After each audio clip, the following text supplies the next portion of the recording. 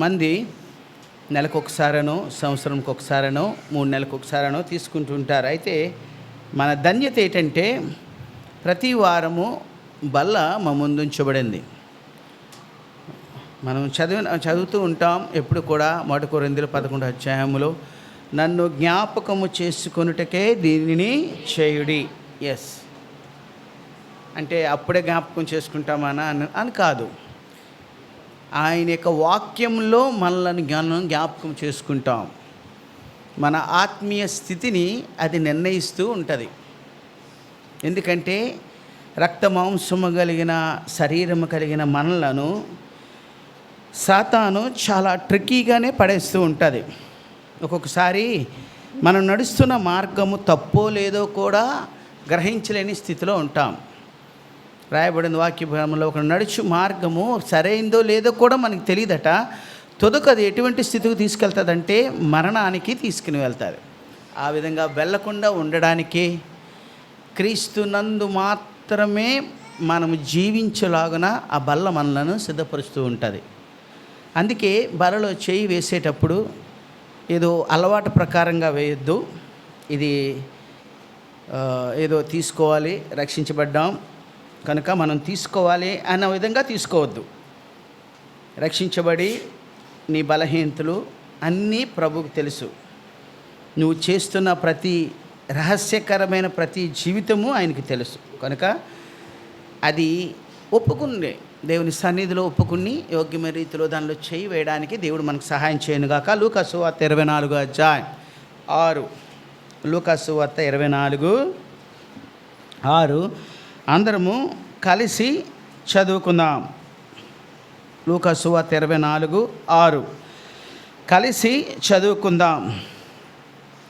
ఆయన ఇక్కడ లేడు, ఆయన లేచి ఉన్నాడు, ఆయన ఇంకా గలిలయలో ఉండినప్పుడు అని రాయమడు. ఆయన ఇక్కడ లేడు, ఇక్కడ లేడు, ఆయన లేచి ఉన్నాడు అంటే నాకు అనిపించింది ఆయన లేచాడు, మరి ఎంతమంది లెగుస్తాం, ఎంతమంది లేపబడతాం? రక్షించబడి దేవుని యొక్క రక్తములో కడగబడి విమోచింపబడిన మనమందరము లేపబడతాము అని అనుకోవద్దు. రక్షణ దేవుడు అనుగ్రహించాడు, అది నిలవబెట్టుకునేది మన చేతిలోనే ఉంది.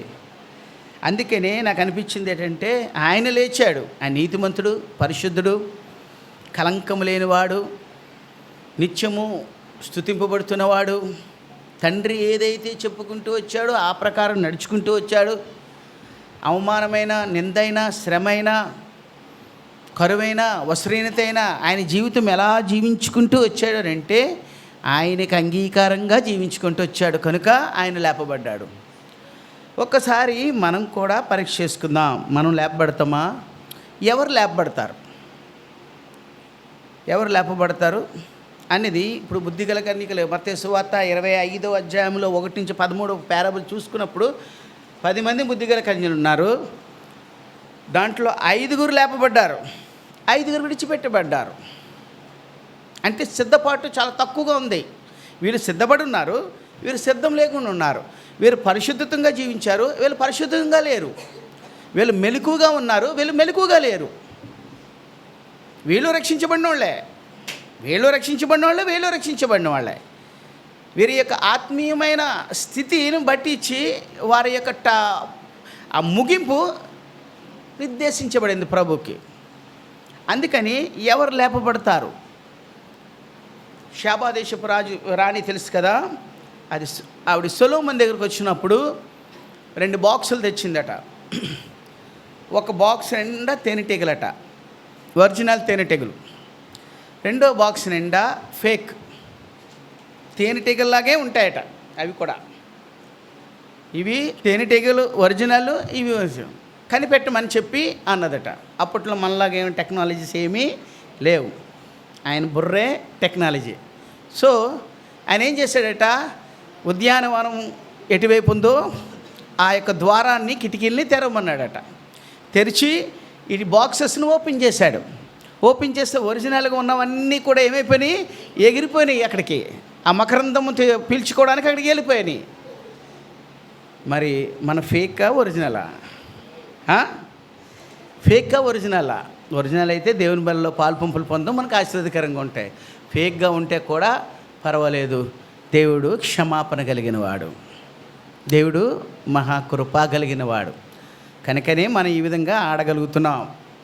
కనుక దేవుని సన్నిధిలో దేవుని బలిలో పాలు పంపులు పొందబట్టు 5 విషయాలు జ్ఞాపకం చేసుకుందాం. ఎవరు లేపబడతారు? మొట్టమొదటిది యోహాను సువార్త 6వ అధ్యాయం, యోహాను సువార్త 6వ అధ్యాయం 40 తీసిన వారు చదవాలి. కుమారుని చూచి ఆయన యందు విశ్వాసముంచు ప్రతివాడును నిత్యజీవం పొందుటే నా తండ్రి చిత్తము. అంచెదినమున ఎవరిని లేపుతానంటున్నాడు? విశ్వాసము. ఎవరి దేవుని మీద ఉండాలి విశ్వాసము? ఆ కుమారుని యందు విశ్వాసం కలిగి ఉంటే అంచెదినమున వారిని, అది తెలుసు, రక్షణ లేకుండా ఉండాలి. దాంతోపాటు ఏముండాలి? విశ్వాసం. రక్షణ ఉందంటే మనకేమున్నట్టు? రక్షణ వస్త్రము మనకున్నట్టు లెక్క. ఎప్పుడు రక్షణ వస్త్రం పోతూ ఉంటుంది, మన విశ్వాసాన్ని వదిలేస్తూ ఉంటే రక్షణ వస్త్రాన్ని కోల్పోతుంటుంది. అందుకే ఒక మంచి మాట రాయబడింది ప్రకటన గ్రంథం 16వ అధ్యాయం 16వ వచనం తీసి చదవండి. ప్రకటన గ్రంథము 16 అక్కడ చక్కని మాట రాయబడి,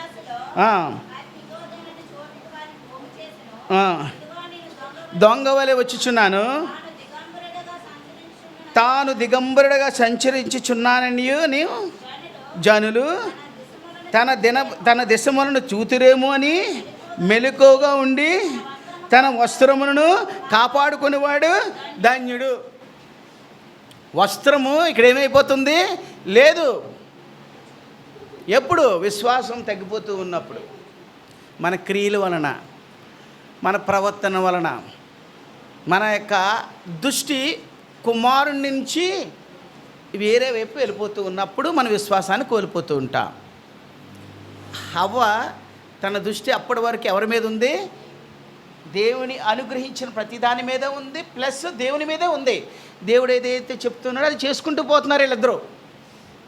బలహీన ఘటము అని తెలిసి కూడా మానవులైన మనం బలహీనమని దేవుడు ఎరిగి చిన్న వార్నింగ్ కూడా ఇచ్చాడు. మనకు వార్నింగ్ ఇది ఇచ్చాడు.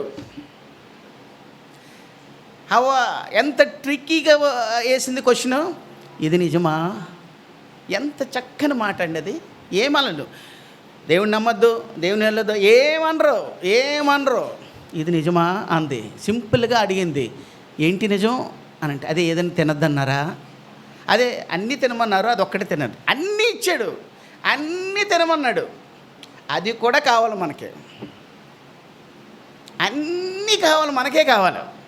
అన్నీ ఇచ్చాడు మొత్తం, ఒక్కటే తినద్దన్నాడు. పర్సంటేజ్ చూడు ఎంత మనం క్యాల్కులేట్ చేసుకుంటూ ఒకటి అసలు అన్నీ తినేమన్నాడు, అన్నీ నీకే, ఆ ఒక్కటి బాబు తిన్నద్దురా అన్నాడు.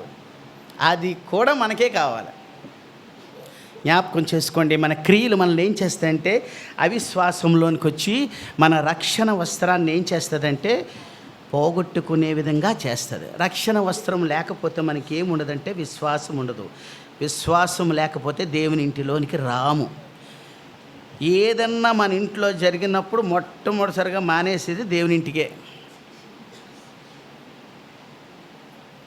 దేవుని ఇంట్లో కూడా ఏదో జరిగిందనుకో, దేవుని ఇంట్లో కూడా ఎవరో సహోదరుడు సహోదరి ఏదో అన్నారు, ఆయన మీద కోపం ఉంటుంది, నువ్వు దేవుని ఇందుని మానేయడం ఎందుకు?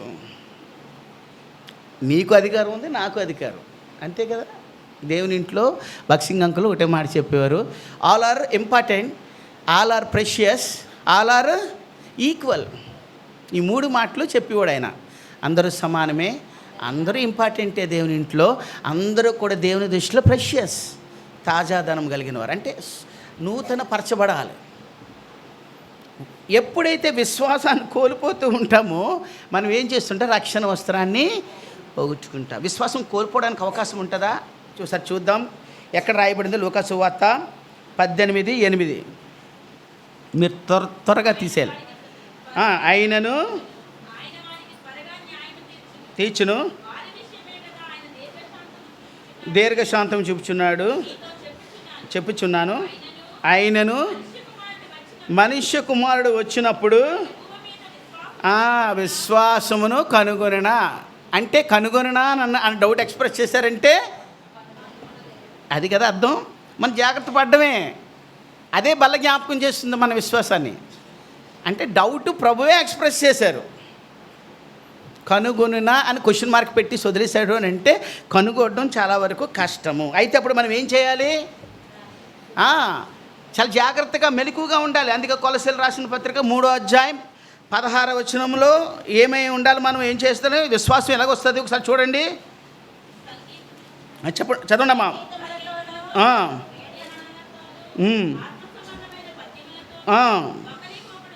బోధించుచు కృపాసహితముగా నీ హృదయములలో క్రీస్తుని గూర్చి గానము చేయొచ్చు, సమస్త విధమైన జ్ఞానముతో.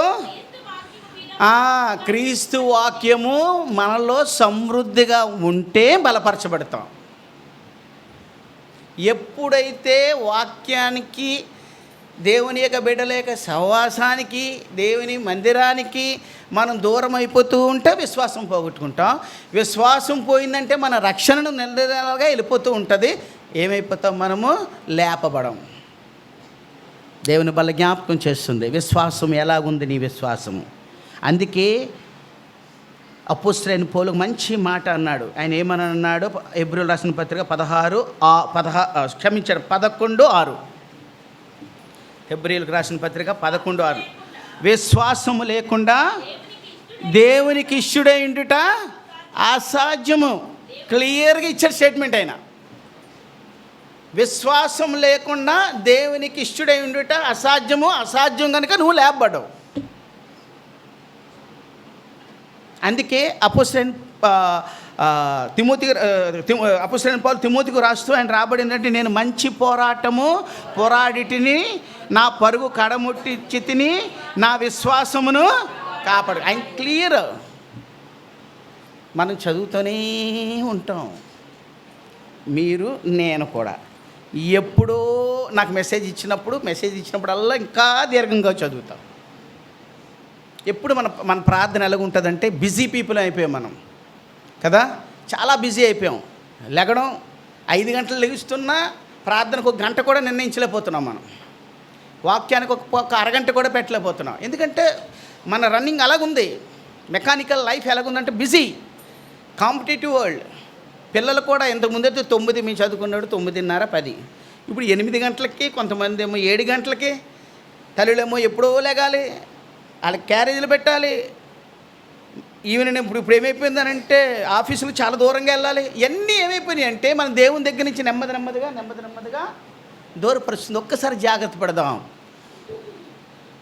ప్రభు ఆయన నేర్పుతూ ఉన్నాడు, విశ్వాసము లేకుండా ఆయనకి ఇష్టుడై ఉండుట అసాధ్యం.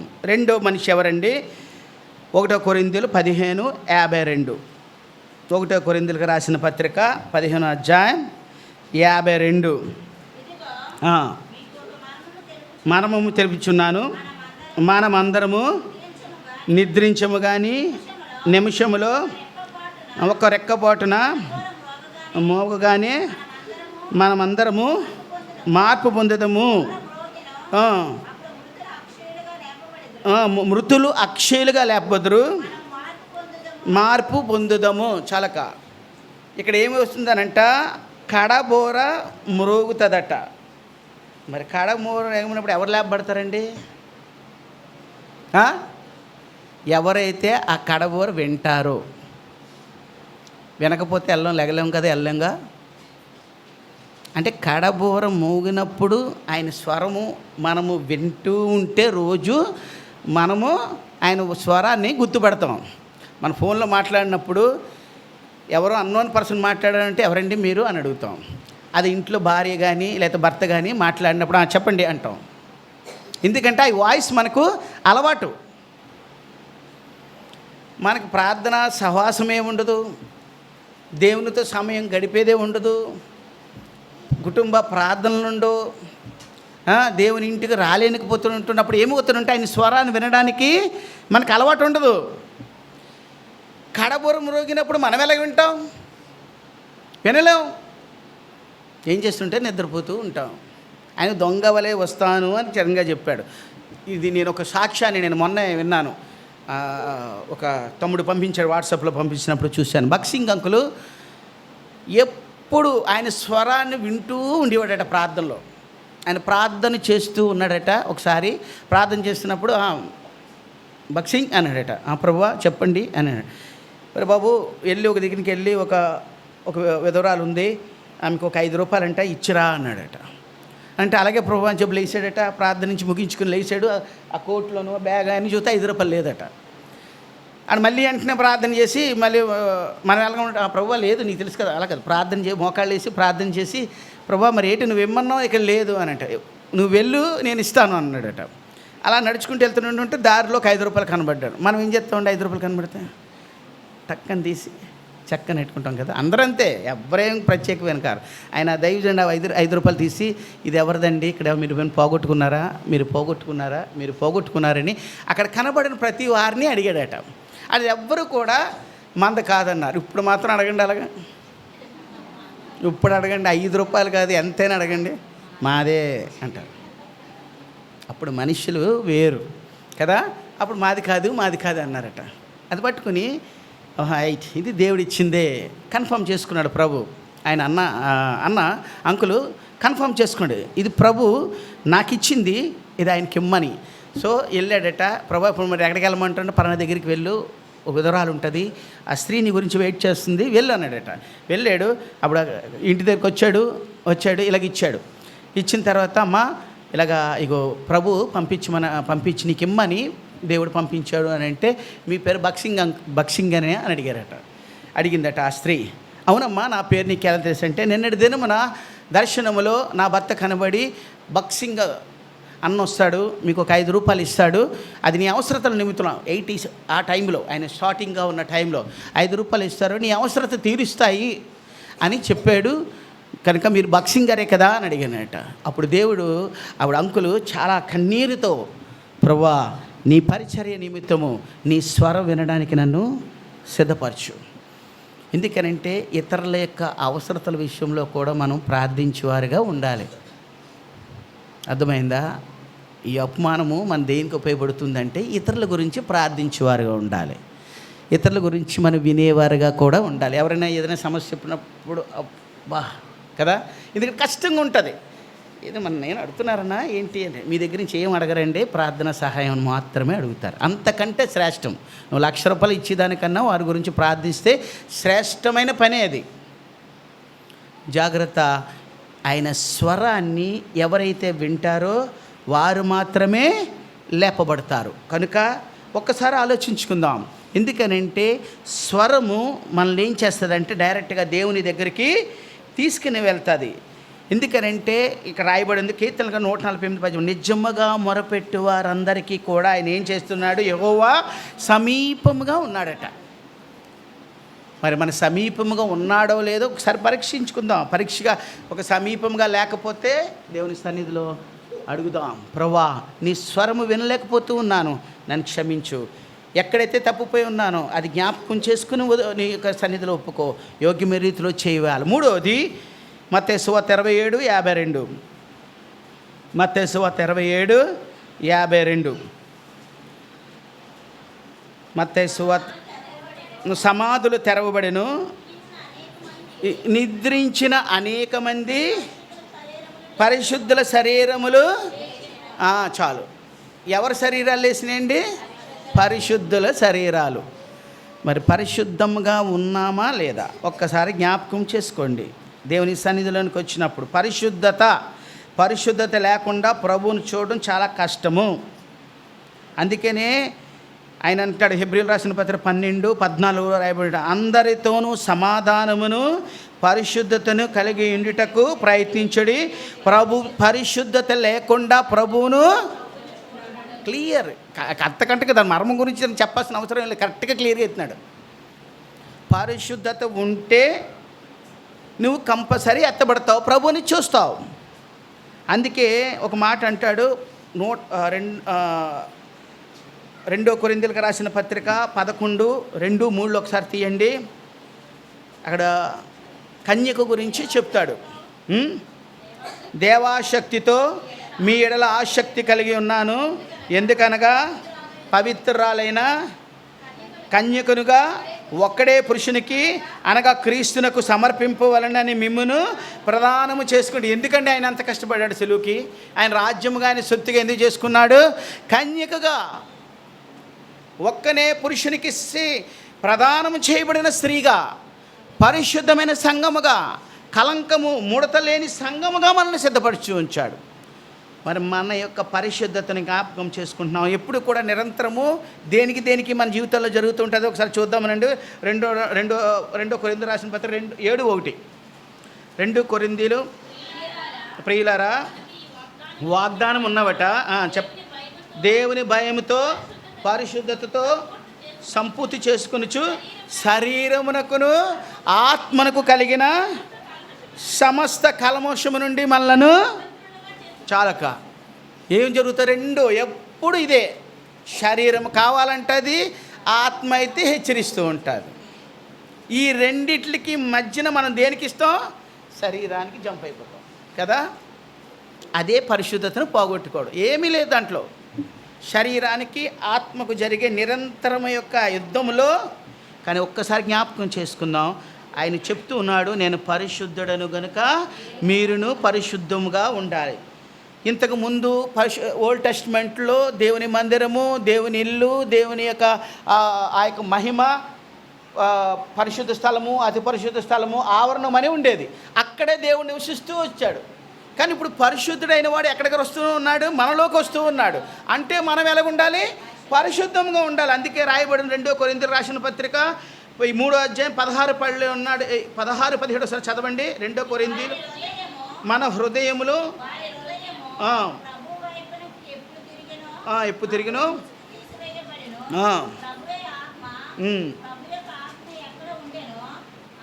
అది కదా. 3:16 క్షమించండి. 1 కొరింథీయులకు రాసిన పత్రిక 1 కొరింథీయులకు 3:16-17 మీరు దేవుని ఆలయమై ఉన్నారనియు దేవుని ఆత్మ మీలో నివసించుచున్నాడని మీరు ఎరుగరా? ఎవడైనా దేవుని ఆలయమును పాడు చేసిన యెడల దేవుడు వారిని పాడు చేయను. దేవుని ఆలయం పరిశుద్ధమై ఉన్నది.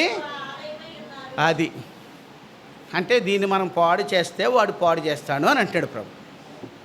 సింపుల్. ఆయన పరిశుద్ధుడు, మీరు పరిశుద్ధంగా ఉండాలి. నేను పరిశుద్ధుని కనుక నేను నివసించే ఆలయాన్ని పరిశుద్ధంగా ఉంచుకోండి.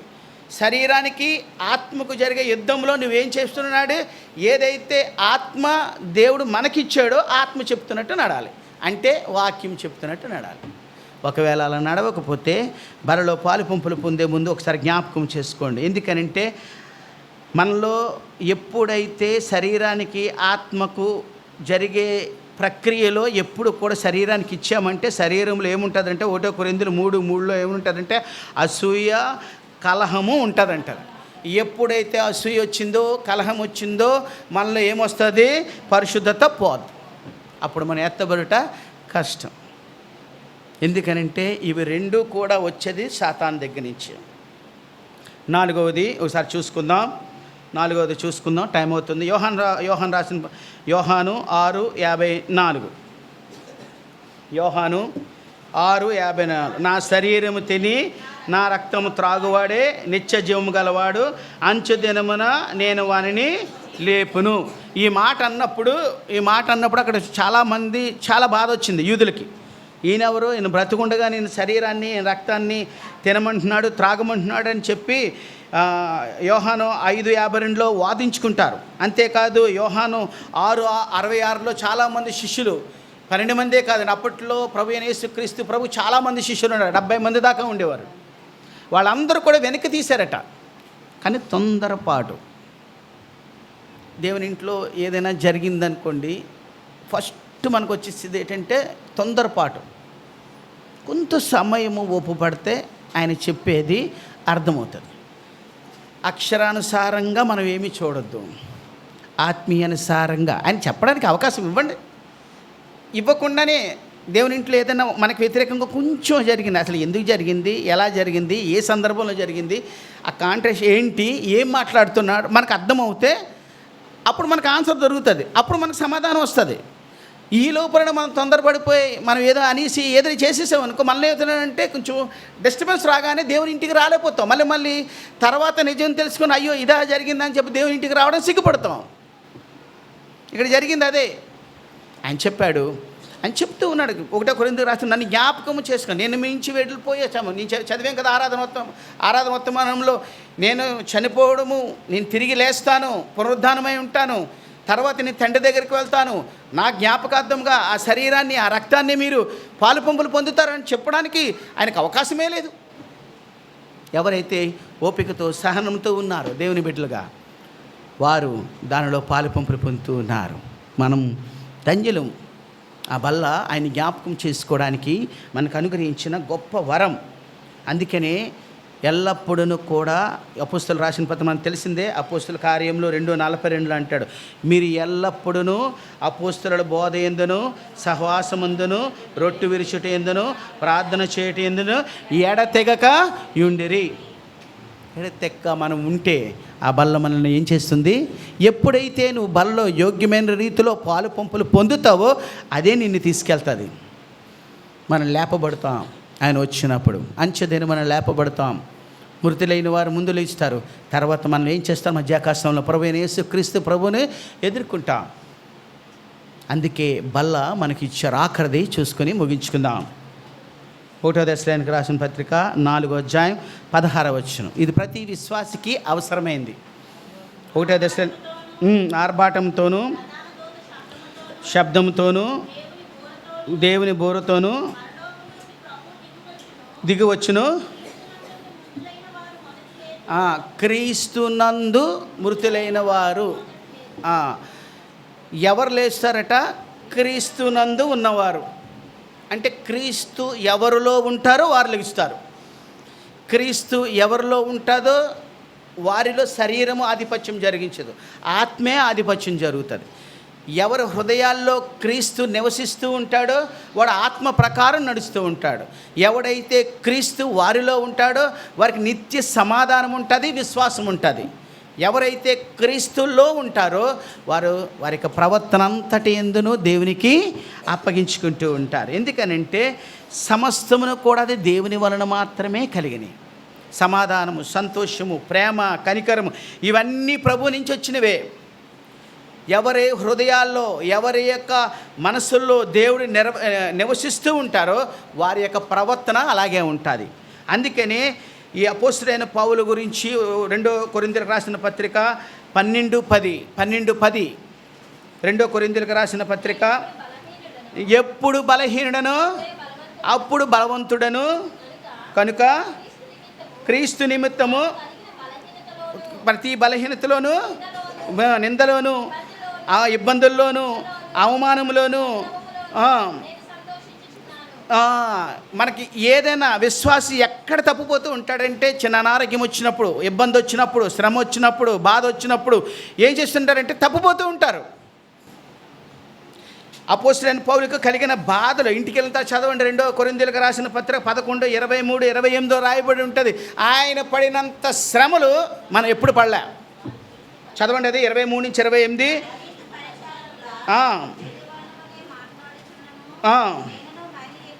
మరి ఎక్కువగా పరిచారకుడును మరి విశేషంగా ప్రయాసపడుతుంది. అనేక పర్యాయంలో చెరసాల్లో ఉన్నాడట, అపరిమితముగా దెబ్బలు తింటాడట, అనేక మార్లు ప్రాణాపాయ స్థితిలో ఉన్నాడట. యూదుల చేత 5 మార్లు అంటే 5 సార్లు ఒకటి తప్ప 40 దెబ్బలు తిన్నాడట. 36 బెత్తంలతో కొట్టబడుతుని, రాళ్లతో కొట్టబడుతుని, వాడ పగిలిపోయి శ్రమ పడుతుని. ఇవన్నీ కూడా ఆయన జీవితంలో జరిగిన ప్రతి శ్రమ, కష్టము, ఉపవాసము, జాగరణ, అనేకమైన దిగంబరత్వం అన్నీ కూడా ఆయన జీవితంలో వచ్చుకుంటూ వచ్చాడు. కానీ ఆయన ఏమన్నాడు? సంతోషిస్తూ ఉన్నాడట. ఎప్పుడు? క్రీస్తు ఆయనలో ఉన్నప్పుడు. అది విశ్వాసకి అవసరం. ఇక్కడే తప్పిపోతుంది. చిన్న శ్రమ వస్తే తప్పుతూ ఉంటారు. నీకు శ్రమ వచ్చినప్పుడు దేవుని ఇంటికే రా, దైవజన్ దగ్గరికే రా, దేవుని బిడ్డలతో సహవాసం చేయి. అప్పుడు దేవుడు నిన్ను ఏం చేస్తాడంటే బలపరుస్తూ ఉంటాడు. బలను సమీపించే ముందు ఎన్నిసార్లు నీ కష్టములో నష్టములో దేవుని ఇంటికి వచ్చావు, లేదా దేవుని ఇంటికి రాకుండా నువ్వు ఇంకెక్కడికైనా వెళ్ళావా? గుర్తెట్టుకోండి, ఒక మనుష్యుడు మనకు సహాయం చేస్తాడా అని మాట ఇచ్చాడు అనుకో, మంచిదే. ఆ మాట నెరవేర్చాలంటే ఆయన పర్మిషన్ కావాలి. గుర్తెట్టుకోండి, ఎప్పుడు కూడా మాటల్లోనే ఎవరైనా నీకు సహాయం చేస్తానా అని నేను మీకు మాట ఇచ్చాను అనుకోండి, అది నిలవబెట్టుకోవడం నా చేతిలో లేదు. ఎప్పుడు కూడా మనుషుల మీద ఆధారపడడం కన్నా దేవుని మీదే ఆధారపడడానికి ప్రయత్నించాలి. అంటే ఆ మనిషి చేత ఒప్పించేది ఎవరండి? దేవుడే. అంటే ఆ విధంగా ఒప్పింపబడాలి అని అంటే మనం ప్రార్థనే చేయాలి, దేవుని ఇంటికే రావాలి. ఒకసారి జ్ఞాపకం చేసుకుందాం, మనం లేపబడే వారముగా ఉన్నామా లేదా? ఈ 5 విషయాలు దేవుని జ్ఞాపకం చేస్తున్నాం. విశ్వాసం ఉందా? విశ్వాసం లేకపోతే ఒకసారి ఒప్పుకుందాం. రెండవది ఏంటండి? ఆయన స్వరము వినేవారుగా ఉన్నామా లేదా? మూడవది పరిశుద్ధమైన జీవితం జీవిస్తున్నామా లేదా? నాలుగవది ఆయన శరీరం తిని ఆయన రక్తం త్రాగుతున్నామా లేదా? ఐదవది క్రీస్తు మనలో నివసిస్తున్నాడా లేదా? ఒకసారి జ్ఞాపకం చేసుకుందాం. బలలో పాలు పంపులు పొందే ముందు దానిలో చెయ్యి వేయడానికి ఒక్కసారి ప్రార్థన చేసుకుందాం. భయముతో వణుకుతో ఒక్కసారి ఆయన జ్ఞాపకం చేసుకుంటూ ఆయన యొక్క బలలో పాలు పంపులు పొందే ముందు 1 కొరింథీయులకు రాసిన పత్రిక 11వ